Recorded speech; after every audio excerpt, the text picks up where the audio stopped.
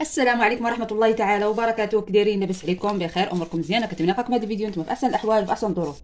فيديو جديد وموضوع جديد.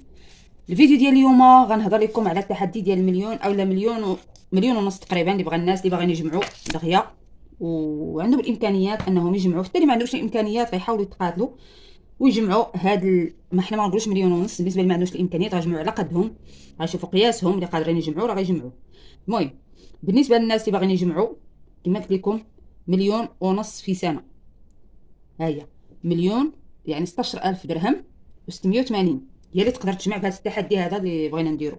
كاين هذا التحدي وكاين واحد التحدي اخر اللي كنجمعوا حنايا، كديري 28 درهم في النهار. الناس اللي باغيين يجمعوا مليون فقط، مليون من 28 درهم. رانا هاد الفيديوهات راه ديجا درتهم معكم، ولكن بغيت نعاودهم معكم، بغيت نديروا تحدي جديد، بغينا الناس ثاني تحفزوا ونجمعوا شي فليسات ثاني. هاد التحديات هادو راه كينفعوا، راه زوينين، كينفعونا بزاف في المصاريف ديالنا، كينفعونا بزاف بالنسبه للناس اللي باغيين يوصلوا للاهداف ديالهم.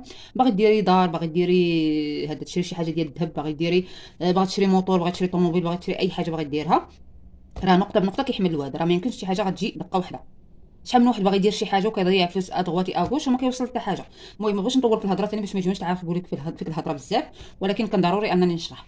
المهم كما قلت لكم بالنسبه للناس اللي باغيين يديروا التحدي ديال المليون، مليون واقف كنديروه ب 28 درهم للنهار. بالنسبه للناس اللي كيتخلصوا النهار، كاينين الناس اللي كيكونوا كيبيعوا ويشريوا خضاره، كاين اللي كيتخلص مثلا عيالات كيديروا الميناج كيتخلصوا بالنهار، كل واحد وظروف ديالو.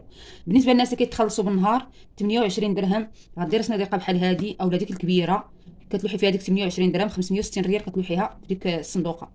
كاين الناس اللي كيشدوا مثلا 100 درهم 150 درهم ولا شي حاجه، ديك 28 درهم كتلوحها في الصندوقه وكتنسيها. هذا بالنسبه اللي بغى يوصل الاهداف ديالو، لان كاين شي اهداف حنا بغينا نوصلوا لهم، بغينا حنا نديروا شي حوايج اللي ما كنقدروش نوصلوا لهم.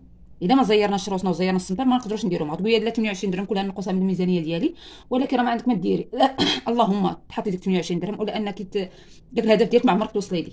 هادشي اللي بغيت نوصل لكم. كما قلت لكم 28 درهم بالنسبه للناس اللي كيتخلصوا النهار. بالنسبه للناس اللي كيتخلصوا الشهر 800 درهم غتوصلكم لاكثر من مليون. المهم حنا كنقولوها مليون. 28 800 درهم 16000 ريال كتحطوها بالنسبه للناس اللي عندهم واحد الصالير يعني مقدور عليه، اولا الناس اللي الصالير ديالهم مزيان ولكن ما عندهمش وليدات، ما عندهمش مصاريف بزاف، ما عندهمش شي حاجه، خاصهم يزيروا راسهم، لان الا ما زيرتوش راسكم دابا راه ما عمركم غتزيروه. لان ملي كيكونوا الوليدات وكيكونوا مصاريف داكشي راه ما عمركم غتزيدوا لقدام. واخا الارزاق بيد الله، ولكن ديما كتكونوا مضغوطين، ديما ما عمركم كتوصلوا للاهداف ديالكم، لان كيكونوا التزامات وشي حوايج اللي ضروري. الوليدات راه ما كيعذروش، كتبعكم المدرسه، كتبعكم المصاريف، كتبعكم الحوايج، الحليب، ليكوش. المهم راكم عارفين دوك المصاريف كلهم ديال الوليدات. بدي ذلك مادام حنايا باقيين، حنايا روسنا باقيين خفاف، باقيين متقلين بولاد، باقيين متقلين حتى حاجه. دابا اللي غنخدموا على الاهداف ديالنا، ماشي نوضوا دابا نعطيوها الماكله ونعطيوها الدوران ونعطيوها التفريه وفي الاخر نوقفوا على الصح نلقاو يدينا في الصحراء. المهم كيف قلت لكم 800 درهم غديروها في الصناديقه ديالكم كل شهر ان شاء الله. ما يجي فين يكمل العام تلقى عندكم مليون ديالكم.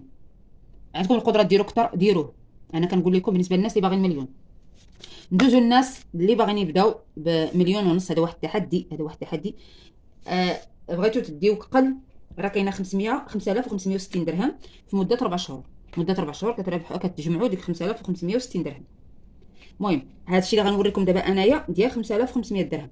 كما قلت لكم النهار الاول كتحطوا درهم، النهار الثاني درهم، النهار الثالث درهم، كتبقاو غاديين هكا كل نهار كتحطوا درهم، كتجمعوا 10 دراهم. المهم نتوما راه كتحطوا في الصندوقه. النهار الثاني كتبداو تحطوا 5 دراهم، 5 دراهم، 5 دراهم، 5 دراهم حتى كتوصلوا 50 درهم. المهم كما قلت لكم 10 ايام الاولى كنبداو نحطوا درهم، يعني 1 2 3 4 5 6 7 8 9 10. 10 ايام كتحطوا فيها 10 دراهم. 10 ايام الثانيه كتبقاو تحطوا 5 دراهم، كتجمعوا 50 درهم. هذا الا بغيتو تمشيو قادين مع الصف نفس الشكل. نتوما غاديين ديما 10 ايام كتحطوا فيها حاجه، هي 10 دراهم، ها هي 20، ها هي 30 40 50 60 70 80 90 100. يعني كل 10 ايام كديروا التحدي انكم تحطوا واحد المبلغ. هذا كنقول لكم بالنسبه اللي عنده واحد المدخول يعني اللي زوين، اللي كيتخلص مثلا النهار وعنده واحد الصالير كيشدو نهار زوين، اولا حتى مثلا حنا ماشي بشرط. كاين مثلا اللي يقدر ما يمشيش هكا بالصف، يمشي عشوائي. اليوم نحط درهم، غدا متوفره عندي 50 درهم نحط 50 درهم، غدا مثلا متوفره عندي 20 درهم نهز 20 درهم وندخلها. عندي مثلا ها 5 دراهم غدا نهزها. كل نهار ورزقه. بالنسبه للناس اللي كيشدوا النهار.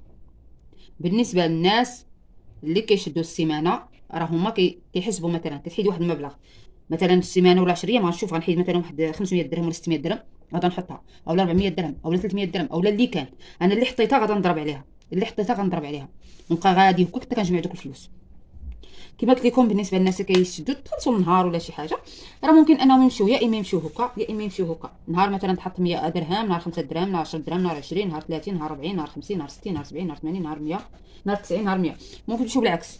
السيمانه الاولى مثلا كانت القضيه شويه مزوهره كتحط 100 درهم، واحد النهار ما كانش عندي القضيه شويه موين كنحط 30 درهم، واحد النهار شويه شويه كنحط 60، واحد النهار ما كاين والو نحط 5 دراهم، واحد النهار ما عندي كاع نحط مثلا درهم، عندي مصاريف كثيره مثلا في داك النهار وداكشي كنحط درهم.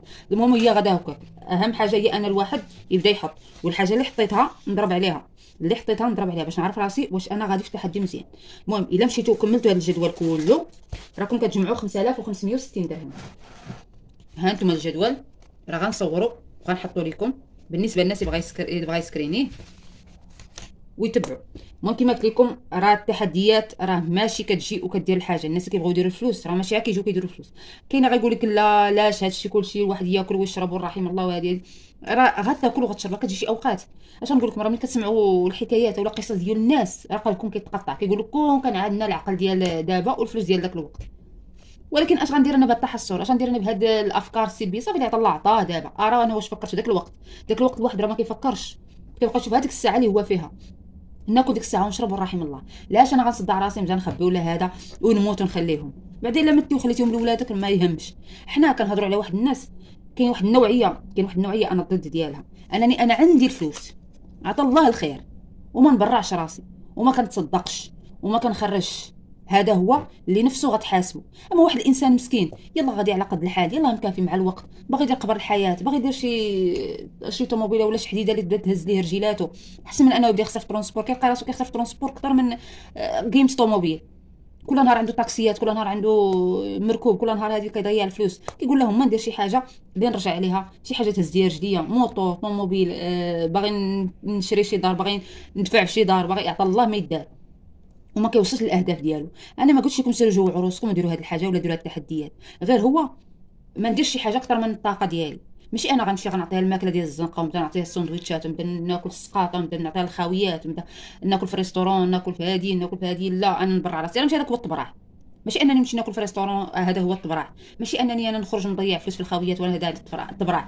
ايه الناس اللي عندهم انا كنقول من حقهم، ولكن اللي ما عندوش، ما عنده دار، ما عنده حتى حاجه، باقي عايش في الكرا، باقي مرون، ما عندوش خدمه مستقره، ما عنده حتى حاجه، وناض باغي حتى هو يتعاند، باغي حتى هو يدير، باغي حتى هو يفعل، باغي حتى هو يبان، باغي حتى هو يعيق. لا حق نشري المواعن فلان فلانيين، لا حق اليوم هذه المره خرج هذا الموديل ديال المواعن، هذه المره خرج هذا الطباصل، لا هذا الدوغي، لا هذا لا ترونسبارون، لا هذه لا هذه. شوفوا داكشي كلشي هو اللي كنعتبرو انا خاويه. الاهم هو انني كناكل ونشرب. انا ديك واش غنمشي للريستورون وغناخذ مثلا واحد البلا ولا واحد الوجبه اللي تكون دايره واحد الثمن خيالي، مع انني نقدر نصايبها في الدار باقل ثمن. علاش غنمشي نضيع فلوس في الخوال الخاوي؟ كما قلت لكم اللي عنده الفلوس الله يسهل عليه. اما اللي واحد اللي مقاتل وقال لك حتى هو كيتعاند، هذاك هو اللي ما نبغيش يطيح في هذه الاخطاء، لانه كيجي واحد الوقت كيلقى راسو ربما حتى الخدمه ما كتكونش، كاين اللي ما عندوش حتى التقاعد، ما عنده حتى حاجه، اللي جابو راه كيمشي، الفلوس كيمشيو وكيجيو. لذلك خصنا حنا نعرفوا كيفاش نسيروهم. راه ماشي اقتصاد، ملي كنقول لكم انا الاقتصاد راه ماشي جوع، الاقتصاد راه ماشي هو انك تسدي على راسك وتزمطي راسك، ما تكساي، ما تصبطي، ما ديري حتى حاجه. حنا بلاك الاقتصاد راه كيعاونك انك ديري شي حوايج ما كتقدريش ديريهم. لان انا ملي كيكون عندي مثلا واحد الفلوس كنهز، عطاني راجل مثلا واحد المبلغ هاكي باش تقداي، نوض انايا دوك الفلوس نتبرع بهم، نجيب الخاويات، نشري الماعن، نشري هذا، ومشاريه دقيق، مشاريه زيت، مشاريه سكر، مشاريه حتى شي حاجه اللي مهمه، ونشافي نبدا نبيض في عينيا. ملي غادي يوصل انايا النص ديال الشهر اولا السيمانه الاولى غيساليو لي الفلوس، كي غندوزو؟ يلا كي غندوز ديك السيمانه بالخبز عارفي ولادك غيعذروك، راجلك غيعذرك، يقول عطيتك الفلوس عرفتك باش تسيريهم. ولكن انت ملي كتكوني بعقلك وكتكوني عارفه اش كديري وكتهزي دوك الفلوس كتقسميهم وكتعرفي هادو ديال السوق ما خصنيش نفوتهم، هادو ديال الحانوت ما خصنيش نفوتهم، هادو ديال الهري ما خصنيش نفوتهم، كنمشي في الاول ديال الشهر كنتقدى السلعه ديالي كلها اللي خاصاني وكنحطها، بحيث انني واخا يساليو الفلوس رانا عندي باش نقضي. ماشي انايا عندي الفلوس حاطاهم كل مره كنهز منهم ومني يجي يوصل نص ديال الشهر لقاني ما عندي حتى ريال. هذاك هو الاقتصاد، هذاك هو التبرع، هذاك هي انا تبرعت، راه ما تبرعتش بالعكس عاد ما كحلتها.